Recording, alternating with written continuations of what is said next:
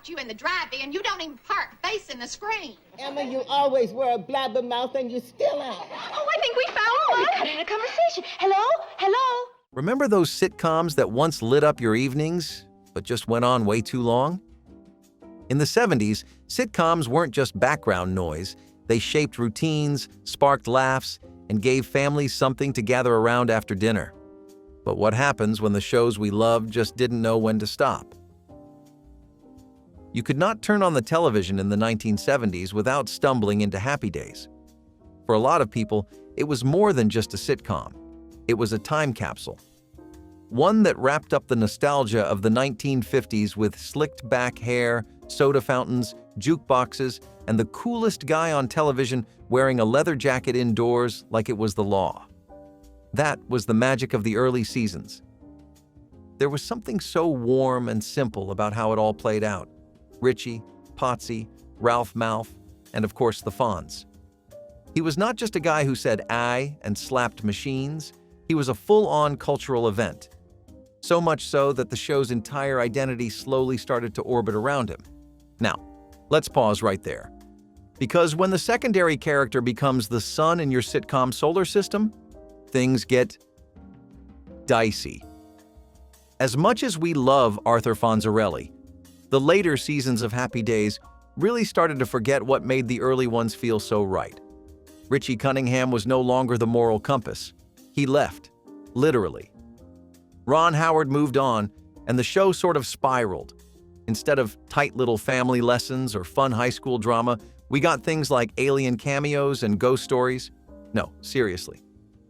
There was an episode where Fonzie fought the devil, not metaphorically, just straight up punched him.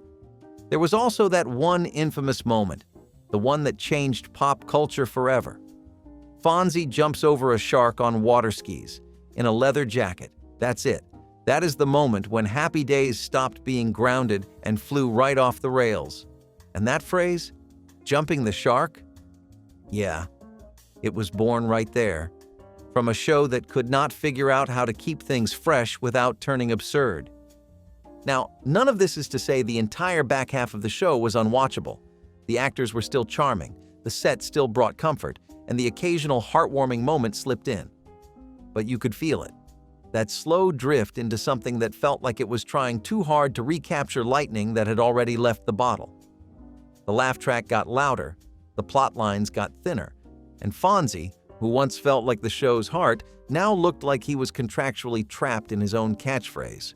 It is kind of poetic in a way. A show about the golden age of youth losing its own spark as it aged out of place. Happy Days had 10 seasons. 10. That is a long run for any show, but especially one that was meant to feel small-town and personal. Somewhere along the way, it stopped being the sitcom that comforted you after school and became the one you sat through out of habit. The fun was still there, but it was slower, flatter, and stuck in rerun mode before the credits even rolled. So, when people say they loved Happy Days, they usually mean the early ones. The ones where Richie still showed up to dinner, where life lessons were dished out with meatloaf. Not the ones where Fonzie teaches Shakespeare to orphans. That show stayed on just long enough for us to watch it forget what made it special in the first place. And somehow, that might be the most 1970s thing it ever did. Three's Company was loud. Let us just start there. Everything about the show was turned up like a living room stereo stuck on the wrong dial. The laughs, the gasps, the misunderstandings, the slamming doors. It was never quiet, and it never tried to be. That was the whole appeal at first. A sitcom built entirely on innuendo, hijinks, and the idea that if two girls and a guy lived together in the 1970s, the world might just collapse in on itself from the scandal. And in the beginning, that formula worked really well. John Ritter was magnetic. His physical comedy was genius level. Suzanne Summers brought charm and glamour. Joyce DeWitt held things together with calm wit. And the landlords, first the Ropers, then Mr. Furley, were perfect foils. The misunderstandings were ridiculous, sure, but they were funny. The whole thing worked because it knew exactly what it was. A sitcom built on chaos, played with charm. But something happened as the seasons kept stacking up. And it happened slowly, like you do not notice it at first, but then it hits you. The charm starts to wear thin. The misunderstandings get recycled. A character hides in a closet again. Another one pretends to be someone they are not. You have seen this before, maybe 5 times. And then came the cast drama. That behind-the-scenes tension seeped right into the show. Suzanne Summers left after a contract dispute, and her character, Chrissy, was replaced by her cousin. Then another roommate, then another one. Audiences tried to go along with it, but it was not the same. That original trio had lightning in a bottle, and once it broke, they kept trying to refill it with tap water. The energy shifted. You could feel it through the screen. John Ritter was still giving it everything, but the show started to lean on him too hard. Every scene, every laugh, every twist was built around him having to fall over a couch or deliver some wild double entendre. And that kind of sitcom pressure? It wears thin, even on the best of performers. What made Three's Company work in the first place was that it felt new. It had edge. It was pushing just enough boundaries to feel risky, but still safe enough to watch with your folks in the other room. As it dragged into later seasons, that edge dulled. The same jokes started to feel forced. The same setups started to feel tired. And by the final season, it was less about the laughs and more about just getting to the end of the line. There is a reason why people remember the early episodes with so much affection. They were silly, flirty, unpredictable. The show had a vibe, a look, even a rhythm. But the longer it stayed on, the more that rhythm turned into noise. And once you lose the music, you are just left with people yelling in pastel apartments. Three's Company was never meant to be subtle. But maybe, just maybe, it was also never meant to last that long. Sometimes the loudest laughs fade the fastest. There was something electric about Welcome Back, Kotter when it first hit the screen. That theme song alone could lift your spirits like a slice of pizza after a long school day. The whole setup felt fresh. A Brooklyn-born teacher comes back to his old high school to wrangle the misfit students known as the Sweat Hogs. And these were not your average sitcom teens. They were loud, rough around the edges, and just a little too real for prime time. But that was the point. It was different. It had grit and soul and that special kind of New York sarcasm that made the laughs hit harder. And then you had John Travolta, young, cocky, cool. As Vinnie Barbarino, he was the beating heart of the group. Every kid wanted to be him, and every parent was mildly concerned about what that meant. He was not the lead, but he had presence. That rare kind of TV charisma that does not come around often. Add that to Gabe Kaplan's dry, understated delivery as Mr. Kotter, and you had something that really clicked. It was a show that made being an underachiever look oddly charming. But as quickly as it caught fire, that spark started to flicker. Part of it was behind-the-scenes tension. Part of it was the nature of the show itself. But the truth is this. Once Travolta began pulling away from the show to chase movie stardom, the writing was on the wall. You could almost hear the sound of an exit door swinging shut behind him. The rest of the cast was solid, but no one had quite that same magic. The show tried to fill the gap. They brought in new faces, shuffled the spotlight around, gave more lines to other sweat hogs. But it never really balanced out. Travolta had become the gravitational pull, and once that was gone, everything started floating off in different directions. Worse still, the humor began to feel recycled. Where once there was energy and originality, there was now a formula. The same catchphrases, the same classroom gags, the same hallway bickering. It felt like a greatest hits album set to loop, but without any of the joy that made those hits work the first time. And Gabe Kaplan? Well, even he began to distance himself. There were episodes where the title character barely showed up. Imagine tuning into Welcome Back, Kotter and getting just the hallway. No Kotter. Just a few leftover jokes and a lot of yelling. You start to wonder who exactly you are being welcomed back to at that point.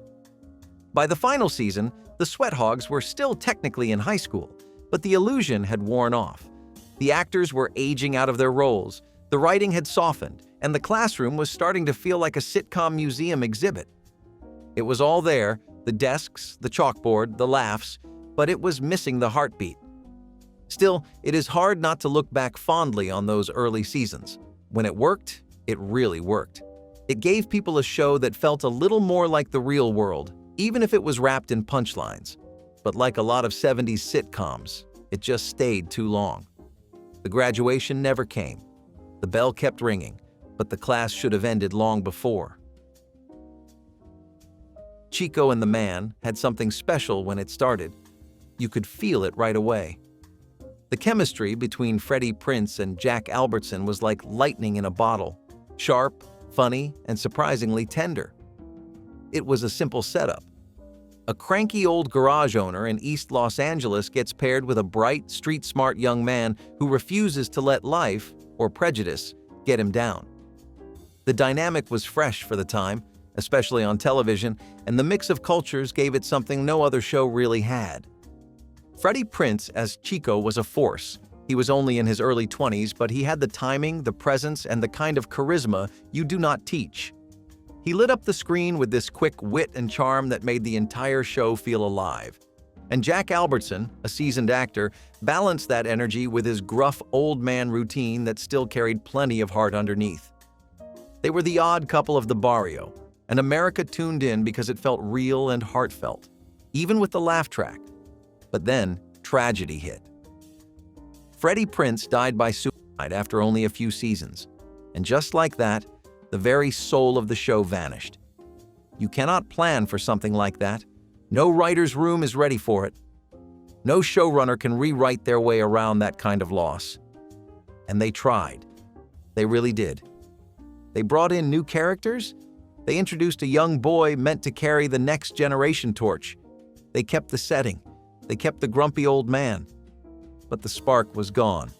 And even though the laugh track stayed on, it was clear the audience's heart had left the building. It is hard to explain what that kind of shift does to a show. 1 minute, you are watching something funny and full of promise. The next, you are watching a version of it that feels like a shadow, just barely there, almost apologizing for existing. The garage was still open, the jokes still came, but everything felt quieter, heavier, like the air in the room had changed. Even Jack Albertson, who kept things moving with professionalism and grace, seemed to know the dynamic was off. His banter with Chico had been the lifeblood of the show. Without that, his character was just cranky. And not in a fun way. More like a reminder that the world is sometimes too cruel for its own good. It ran for another season after Prinze passed. Some called it admirable, others called it a mistake. But everyone agreed it was not the same show, not even close. It was like watching a tribute stretched out across a television schedule. In retrospect, the show should have ended when Chico's story did. That would have been the right kind of farewell. A moment of silence instead of a long, awkward shuffle to the credits. But television does what television does. It holds on too long, hoping for just one more spark. Chico and the Man mattered. It broke ground. It gave people something they had not seen before. But its legacy is also a quiet reminder. When the heart of a story stops beating, maybe it is time to close the garage. There is something undeniably comforting about the Brady Bunch. It was like stepping into a living room where nobody raised their voice, the furniture was spotless, and every problem could be solved with a group hug and a smile. In the beginning, that was its strength. A widowed man with 3 boys marries a widowed woman with 3 girls. Throw in a housekeeper with sass, a dog that barely shows up, and a staircase that became more iconic than most of the cast, and you had television gold. And people loved it. Kids loved it. Parents trusted it. The show felt like a blueprint for an idealized American family. A bunch of smiling faces learning simple lessons in 23 minutes or less. It made the chaos of the real 1970s feel far, far away. No war, no scandal, no bills on the table, just Cindy losing her doll or Greg getting stage fright. But over time, that innocence started to feel less like a strength and more like a crutch.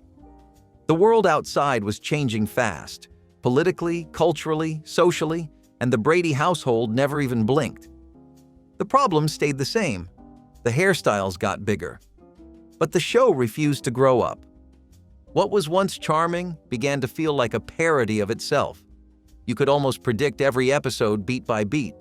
A harmless misunderstanding, a moral lesson from mom or dad, a resolution that arrives right on time for the closing credits. For a while, that predictability was cozy. Eventually, it just felt flat. The kids grew up too, and not just a little. By the final seasons, they were clearly teenagers, but still stuck in scripts written for 10-year-olds. Greg was driving and dating, but still getting grounded for dumb pranks. Marcia was juggling boys, but her biggest crisis was a broken nose. It was like the writers could not accept that the Brady kids were turning into adults. Or maybe they just did not want to lose the clean-cut image. There were attempts to shake things up.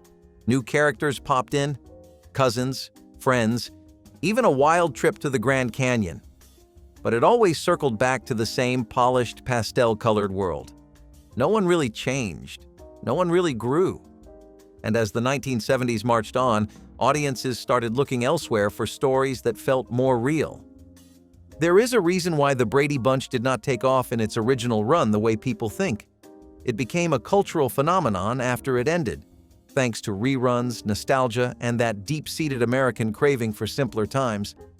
But during its actual run, the cracks were already showing. Even the later spin-offs and reunion specials felt a little forced, like the show knew it had missed its exit but was still circling the block. There is nothing wrong with wholesome television, but even wholesomeness needs to evolve. Otherwise, it starts to feel like a time capsule buried in wet cement. The Brady Bunch gave us catchy theme songs, memorable moments, and a family that looked like they were pulled from a toy catalog. But as sweet as it was, it stuck around just long enough to prove that even the most perfect family can overstay their welcome. When Alice first aired, it had a hook. A single mom moves to Phoenix with her son, takes a job slinging hash at a roadside diner, and meets a quirky cast of co-workers who somehow become her new family. It was blue-collar. It was grounded. It had grit, but it also had heart. That little diner, with its checkered floors, laminated menus, and bottomless coffee, felt like the kind of place where real life happened. And at the center of it all was Alice Hyatt, played by Linda Lavin, a woman just trying to get by. She was smart, independent, and had a quiet strength that made her one of the more relatable leads of the 1970s.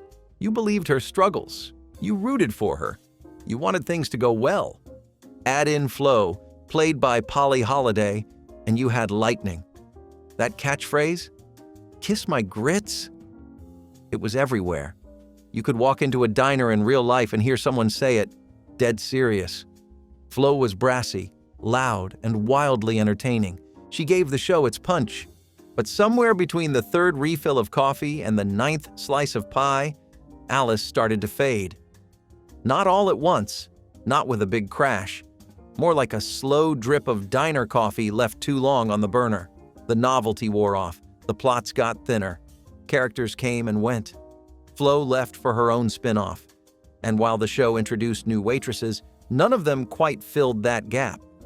The diner stopped feeling like a second home and started feeling like a sitcom stage. You could see the scaffolding. You knew what was coming.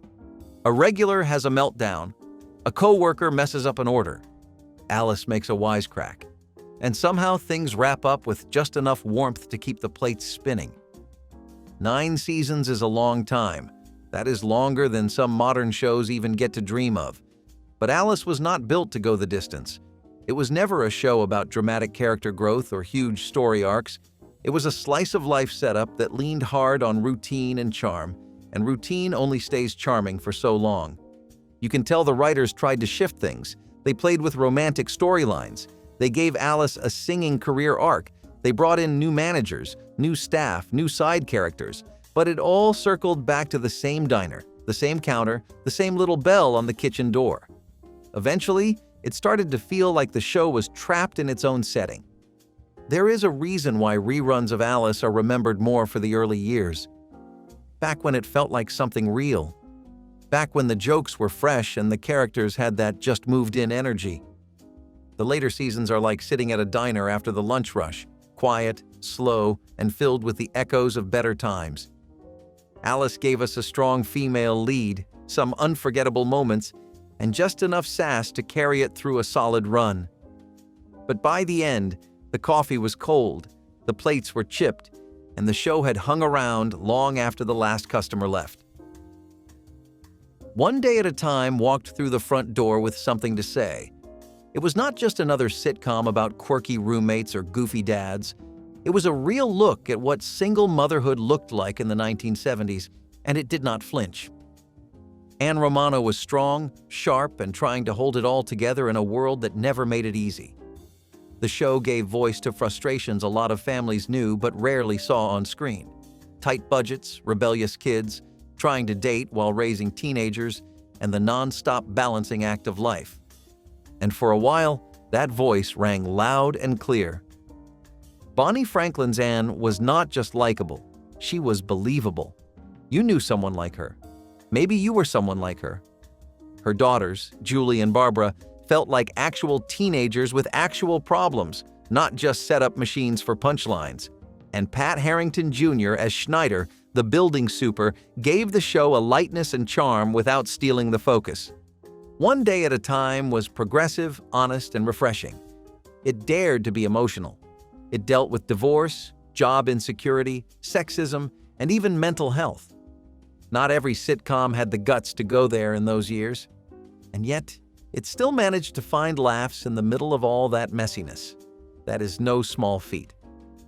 But then the seasons started to stack up, and slowly that emotional honesty began to stretch thin. Episodes started retreading old ground. Another blow-up with Julie, another lecture from Anne, another moment of Schneider baring his soul before vanishing back to his toolbox. By the 6th or 7th season, it started to feel like the show was just tired. Not in a dramatic way. More like someone running laps around the same block, trying to convince you each one is different. The girls were no longer teens, but the writing did not quite know what to do with them as adults. And Anne? She had been through so many personal crises and career changes that it was hard to remember where she started. The humor stayed grounded, but it lost its spark. Characters began to feel less like people and more like placeholders for this week's issue. One episode, it was gambling. The next, aging. The next, a new boyfriend with a big secret. And while it was admirable that the show kept trying to tackle big themes, the weight of it all started to wear the show down. You could tell the cast still cared. The performances never really slipped. But you cannot carry the same emotional torch for nearly a decade without it dimming a little. And after 9 seasons, even the apartment walls seemed worn out. What One Day at a Time did matters. It opened doors. It showed that single-parent families deserved the same spotlight and respect as their two-parent counterparts. It proved that sitcoms could be smart, emotional, and socially conscious all at once. But by the end, it felt like the show needed a rest. Not because it failed, but because it had already said what it needed to say. One Day at a Time turned into one season too many, and the weight of its own mission just got too heavy to carry. The Jeffersons kicked in the door with confidence. George and Louise Jefferson were not just moving on up, they were taking primetime television with them. As a spin-off of All in the Family, this show had big shoes to fill, but it did not just follow in Archie Bunker's footsteps. It sprinted in a whole new direction. A successful black couple living in a Manhattan high-rise? That was not just rare for the 1970s. That was revolutionary. George Jefferson was loud, proud, and completely unfiltered. He was equal parts hilarious and frustrating, and you could never look away. Louise, wheezy to George, was his calm, reasonable counterbalance. Together, they gave audiences a mix of fiery humor and genuine heart that worked better than anyone expected. And the supporting cast? Dynamite. You had Mother Jefferson with her sharp tongue and total disapproval of basically everything. The Willises, an interracial couple that brought serious conversations to the dinner table. Florence, the housekeeper, who might be one of the best wisecrackers in sitcom history. The laughs came fast, but they always had bite. At its best, The Jeffersons was fearless. It tackled race, class, ambition, and pride in a way few shows dared to do. And it did so with style. George was not just successful, he flaunted it. He challenged expectations. And in doing that, the show gave voice to an entire generation that had been sidelined in television narratives. But here's the thing about being groundbreaking. It only works if you keep breaking ground. And after 11 seasons, the Jeffersons started to spin its wheels. The same arguments between George and Wheezy, the same neighbor drama, the same punchlines about money and maids. Eventually, it felt like the characters were going through the motions. Still funny, still familiar, but not surprising anymore. George never really grew.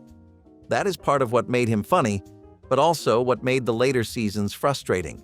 He would learn a lesson, soften for half a scene, and by the next episode, he was right back to insulting Florence and bragging about his bank account. That cycle worked for a while.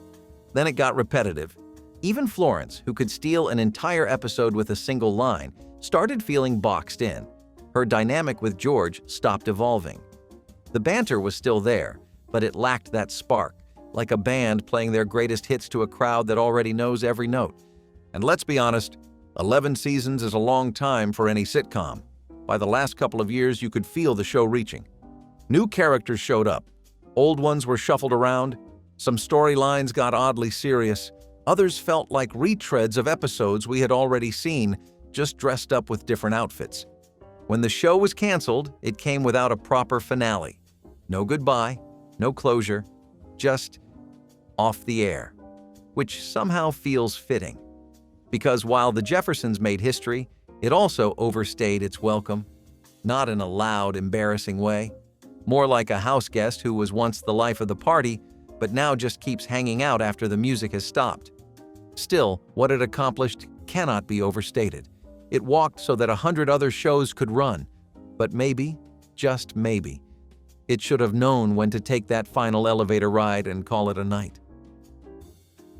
Maude started out swinging, and not just swinging at jokes, it swung at everything. Politics, gender roles, mental health, race, religion. No topic was too big for Maude Findlay, played by the legendary B. Arthur, who could deliver a monologue like it was gospel and a punchline like it was a slap across the face. She was sharp, opinionated, and unapologetic. In a time when television was still scared to say too much, Maude said everything and said it loudly. And that was its charm. This was not a show about polite conversations at the dinner table. This was a show about arguments, about uncomfortable truths, about confronting the things most sitcoms tiptoed around. From the very beginning, Maude let audiences know this was not going to be easy, and that was the point. It was messy. It was bold. It was real. One of the most infamous episodes, when Maude decides to have an abortion, aired in 1972. That was a full year before Roe v. Wade. It was controversial, it was headline-making, and it was exactly the kind of story the show was built to tell. These moments gave Maude its voice, and in those early seasons that voice was clear, strong, and unshakable. But over time, something shifted. The episodes started to feel less like meaningful statements and more like boxes being checked. The punch lost its power. The commentary turned into speeches. The writing leaned harder into debates and further away from character. Maude, who once felt like a complicated, nuanced woman with real flaws and strengths, started to feel like a mouthpiece. Still funny, still fierce, but less human. It was as if the show forgot that even strong opinions need to come from real places. The supporting cast, who had once balanced her out, got lost in the noise. Walter, her husband, turned into more of a sitcom husband stereotype. Florida, her housekeeper, spun off into her own show and took a lot of the show's energy with her. What remained felt like a shell of what had been. By the later seasons, the show's tone was more lecture than laughter. Each episode had a cause, a point, a message, but without the same grounding or spark. It was still trying to say something, but the volume was turned up while the emotion got dialed down. It is not easy to stay sharp for 6 seasons when your entire brand is boldness. Eventually, bold becomes background noise. Maude ran until 1978, and by the end, it felt like it was running out of breath. That does not take away from what it accomplished. The doors it kicked open stayed open for a long time, but the later years were a reminder that even the loudest voices can lose clarity when they go on just a little too long. Gilligans Island technically ended in 1967, but if you lived through the 1970s, you would never know it. It was on everywhere. Afternoon reruns, weekend marathons, classroom TVs rolled in during substitute teacher days. It felt less like a sitcom and more like television wallpaper. Always there, always playing. And after a while, kind of hard to avoid. When it first aired, Gilligans Island was goofy, harmless fun. A group of castaways stuck on a tropical island trying to escape, always failing, and doing it all with exaggerated expressions and comic timing you could see from space. It was never meant to be high art. It was escapism. Bright colors, silly jokes, coconut radios, and the constant hope that maybe, just maybe, they would get off the island this time. And for the first run, that charm worked. It was light, it was consistent, and the characters were all so clearly defined it was like someone assigned them roles in a high school play. The skipper, the professor, Mary Ann, the Howells, Ginger, and of course, Gilligan, who bumbled his way into every failed escape plan with a smile and a shrug. But then it ended, and then it did not. The syndication machine kicked into high gear, and Gilligan's Island became a constant presence on local stations all over America. What was once a 3-season show somehow stretched into a decade of relevance simply because it never stopped airing. People knew every line, every costume, every single plot point involving bamboo. And that is where the burnout began. The show never really evolved because it never had the chance. It had been locked in amber by the time it reached rerun status. So while other sitcoms of the 1970s were growing, adapting, reflecting the changing world, Gilligan's Island stayed frozen. A relic from a sillier, safer time, being pushed into an era that had moved on. People still watched. Of course they did. There was comfort in its predictability, but comfort can become repetition, and repetition can become fatigue. By the mid to late 70s, the show started to feel like a joke without a punchline. You could still laugh, but mostly because you had seen the same coconut gag 20 times before. Even the cast started to feel like they were stuck in an actual time loop. Reunion specials, cartoon spin-offs, and endless public appearances kept the characters alive, but it was clear the spark had faded. It is strange to think a show that technically ended in the 60s could feel like it overstayed its welcome in the 70s, but that is what syndication did. It kept Gilligan and friends stranded long after audiences had mentally packed up and gone home. Gilligan's Island gave us some iconic television, no doubt. But sometimes being everywhere is not a blessing. It is just a long vacation that never ends, and you start to wonder if maybe they never wanted to be rescued in the first place. There is something timeless about two opposites living under one roof, one loud, one reserved, one naive and enthusiastic, the other cynical and exhausted. That is the entire premise of Perfect Strangers, and for a while, it was a sitcom goldmine. You had Balky Bartokomous, an endlessly cheerful immigrant from the fictional island of Mypos, moved to Chicago and lived with his distant American cousin, Larry Appleton. And from the second Balky said, "Don't be ridiculous." The audience was hooked. It worked because of the chemistry. Mark Linn-Baker and Bronson Pinchot had something real between them, something oddly vulnerable, especially in the earlier seasons. Larry, ever the neurotic middle-class striver, was constantly on edge. Balky, wide-eyed and generous, made him look at the world differently. And that friction between culture, personality, and priorities was what gave the show its warmth. It was not just slapstick, it was about empathy, or at least it started that way. As the seasons piled on, though, things shifted. What began as a grounded culture clash sitcom turned into a slapstick circus. By the middle seasons, every episode seemed to end in a farce. Balky and Larry getting stuck in a department store overnight. Balky and Larry accidentally destroying a wedding cake. Balky and Larry trying to raise a sheep in their apartment.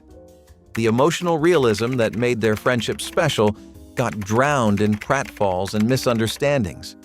And do not get me wrong, Bronson Pinchot was funny. He had a wild physicality, a sharp comedic rhythm, and a character that could carry a whole scene with just a facial expression. But eventually, it felt like the writers leaned too hard into that. Balky stopped being a character and started becoming a punchline machine. Larry, meanwhile, spent more and more time yelling.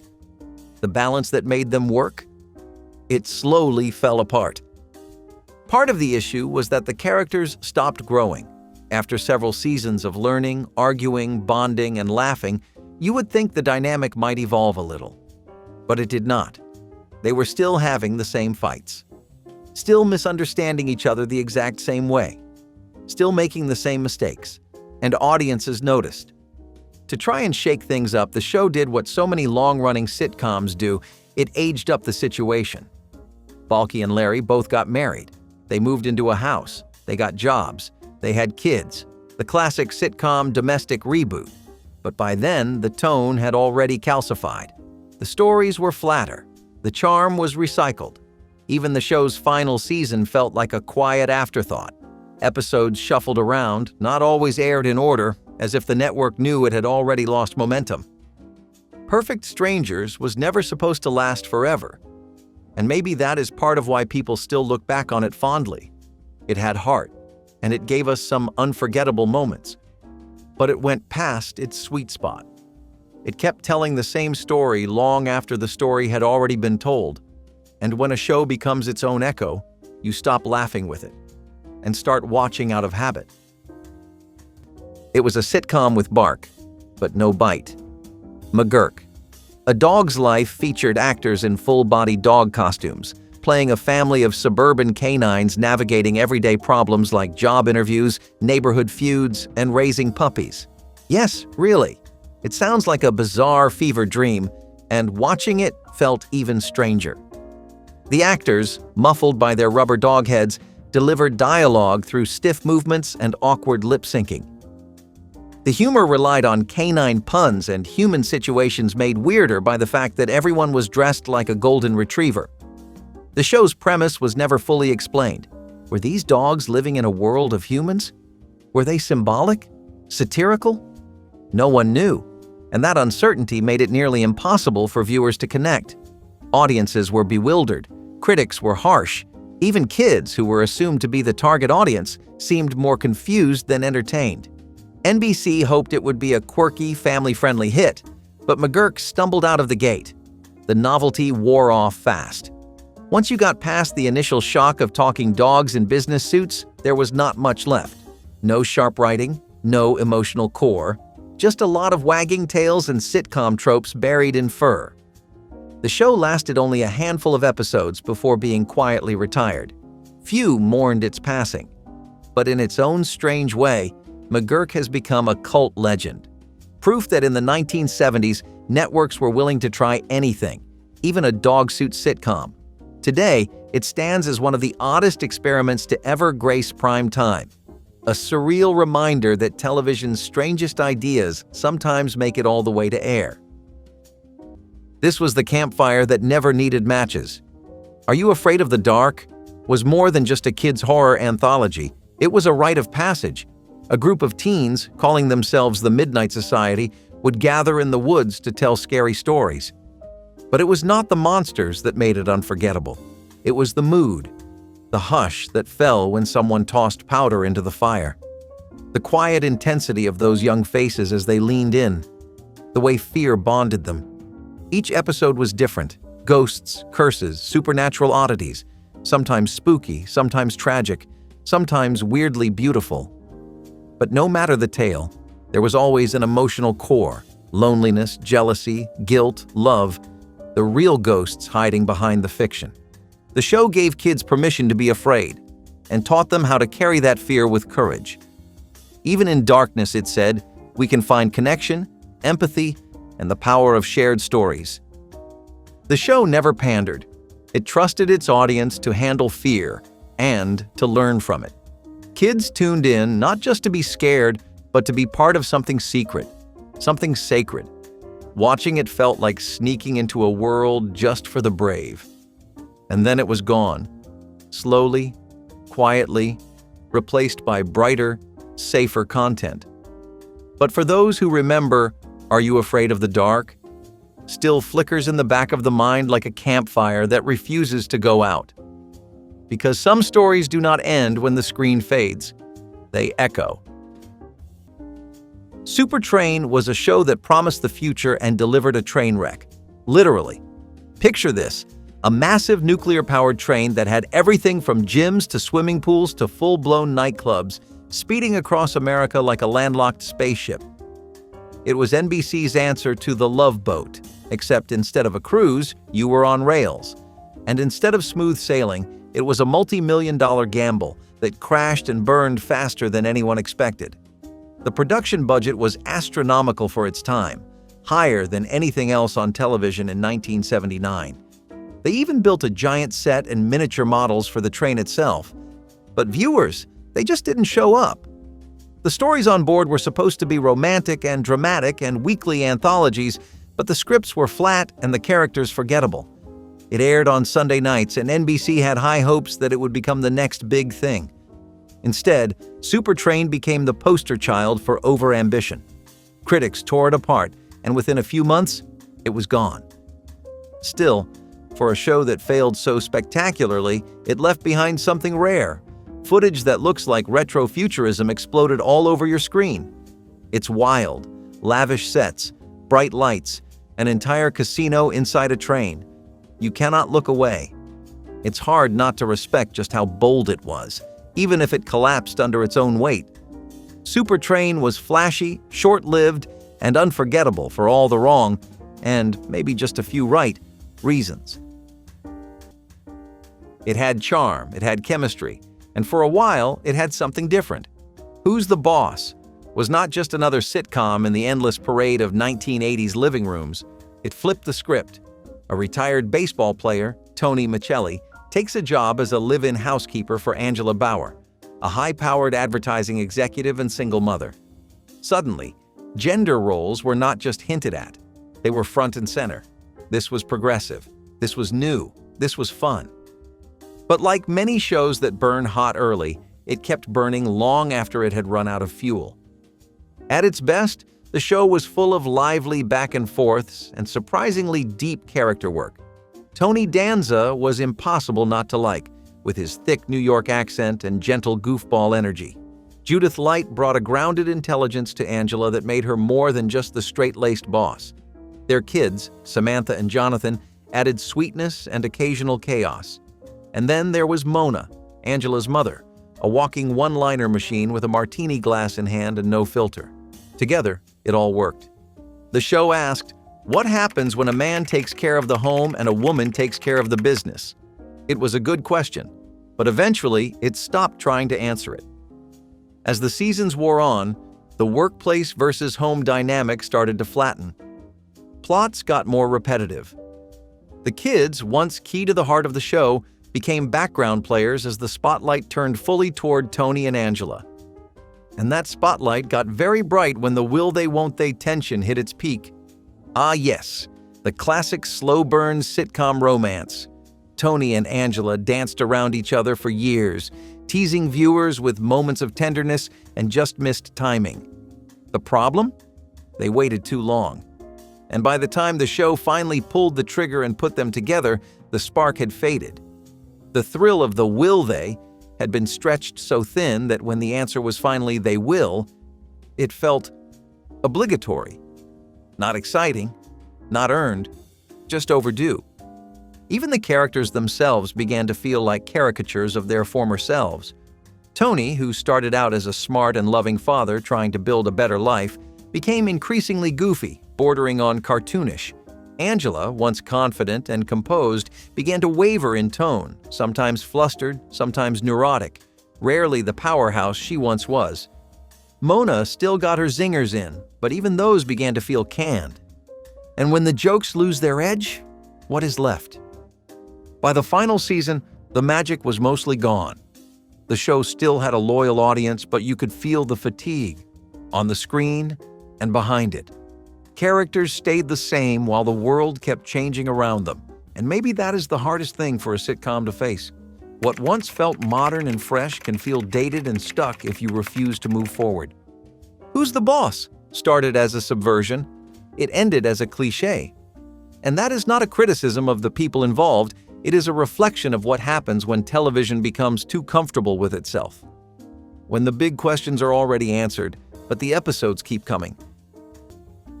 What happens when a television show pushes the boundaries so far that it disappears before anyone can even finish watching it? That is exactly what happened with Turnon, a sketch comedy experiment that went down in history for being canceled mid-broadcast. Designed to be cutting-edge and experimental, it was supposed to capture the wild, liberated spirit of the late 1960s. But what it delivered was an avalanche of rapid-fire, computer-paced sketches with no host, no breaks, and no laughs. Its minimalist set and jarring edits made viewers feel like they were trapped in a sterile, alien world. Jokes flew by so quickly and with such little coherence that audiences could barely understand them, let alone enjoy them. Affiliates were horrified. Several stations pulled the plug before the first episode ended. Sponsors backed out almost immediately. Viewer complaints flooded in, not just about the show's content, but about its tone, cold, clinical, and deeply unsettling. In a world still warmed by the Carol Burnett show and the comforting rhythm of variety television, Turnon felt like a slap to the face. The backlash was swift, and the show was pulled before a second episode could air. Some viewers today see it as misunderstood, even ahead of its time. One episode. That is all it took to become a television ghost story. It is not just forgotten, it is buried, a broadcast that collapsed in real time. There was something strange and beautiful about this show, like a bedtime story wrapped in a sitcom. Nanny and the Professor was about a mysterious English nanny named Phoebe Figolilli, who arrived out of nowhere to care for the chaotic household of Professor Everett and his 3 kids. She had an air of magic about her, never overt, never explained, but always understood. This was not a flashy show. There were no laugh tracks forcing you to find it funny, no obvious special effects screaming for attention. Instead, it asked you to believe, to trust that sometimes the people who save us do not come with explanations. They just show up quietly, like Nanny did, and make life a little better without asking for anything in return. There were whispers that she was psychic. Some thought she was a witch, but it never mattered. What mattered was that she taught 3 kids and a tired, widowed professor how to feel joy again. And for a brief moment in television history, that kind of emotional rescue was enough. When the show ended after just 2 seasons, it left behind a strange sense of unresolved wonder. We never found out who Nanny really was. Maybe that was the point. Some people are not meant to stay. They just pass through when you need them most.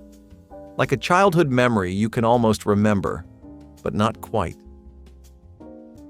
Baywatch Nights was a spin-off that should have never worked, and in the end, it didn't. Airing from 1995 to 1997, it began as a detective drama starring David Hasselhoff's character from Baywatch, now moonlighting as a private investigator.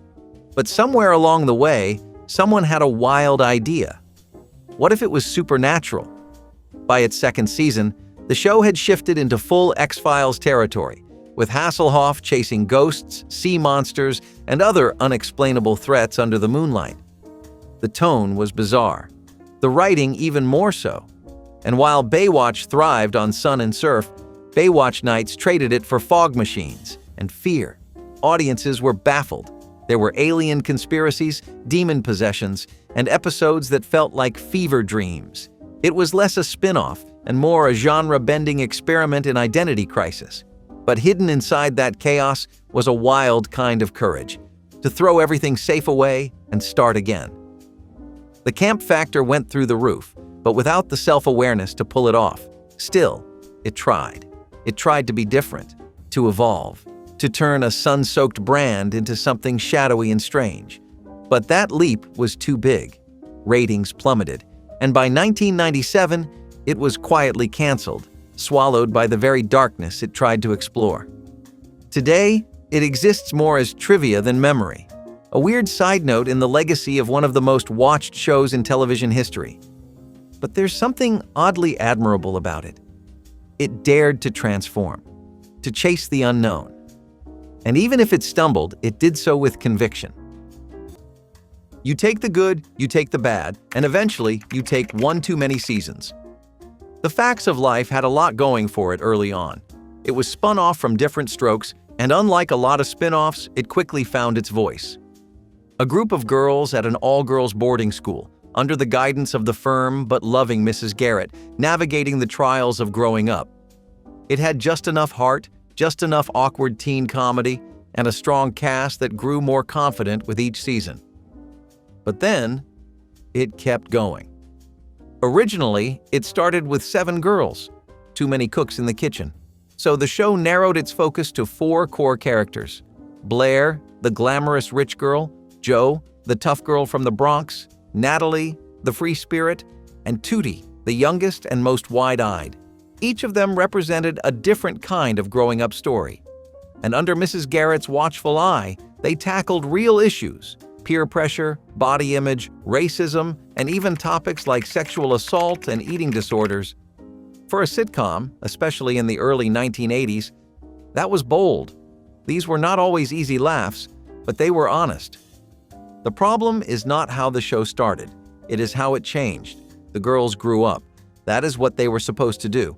But instead of letting the show grow up with them, or better yet, letting it gracefully end, the Facts of Life just kept shifting gears. The school setting was left behind, replaced by a novelty gift shop where the now-adult girls worked together. It was one of those sitcom pivots that felt more like a patch job than a natural evolution. You could almost hear the writers in the background saying, "Well, what now?" And then came the additions. George Clooney, yes, that George Clooney, as a handyman. Mackenzie Aston as Andy, the precocious kid meant to fill in the cute factor that the now-adult cast could no longer supply. Even Mrs. Garrett was eventually written out and replaced by her sister Beverly Ann, played by Cloris Leachman. When you start replacing anchors like that, it is a red flag. You can paint the walls a different color, but if the house is already crumbling, it is not going to hold. By the time it reached its 9th season, The Facts of Life was no longer about facts or life. It was a nostalgia machine running on empty. The themes that once felt daring now felt safe, softened, and wrapped in forced laughter. Characters repeated the same dynamics over and over. Blair was still snobby, Jo was still tough, Natalie still quirky, Tootie still bubbly. But the nuance was gone. They had not evolved, they had looped. There is a real sadness in that, because this was a show that mattered to a lot of people. For girls growing up in the 1980s, it was one of the few shows that took them seriously. It was messy, emotional, empowering television. But it stayed too long. It lost track of its identity. And when a show that once gave people something to hold on to becomes background noise, that is the kind of ending that does not need a finale. It just fades. Sometimes even science fiction needs a laugh, but Quark never quite found its punchline. This short-lived series tried to parody the genre just as Star Wars fever was gripping the world. It followed a garbage collector in space, Adam Quark, and his bizarre crew aboard a sanitation ship cleaning up interstellar waste. There were clones, robots, alien princesses, and lots of fourth-wall-breaking one-liners. The tone was weird, the jokes even weirder. Creator Buck Henry had helped launch Saturday Night Live, and there was hope he could bottle that same absurd genius for network television. But what worked in sketch form did not always translate into 25-minute episodes. Quark constantly wavered between satire and silliness. It poked fun at Star Trek and science fiction cliches, but without much love or warmth for the material it mocked. Some gags were clever, others felt like leftovers. The laugh track made it worse, dulling any potential edge.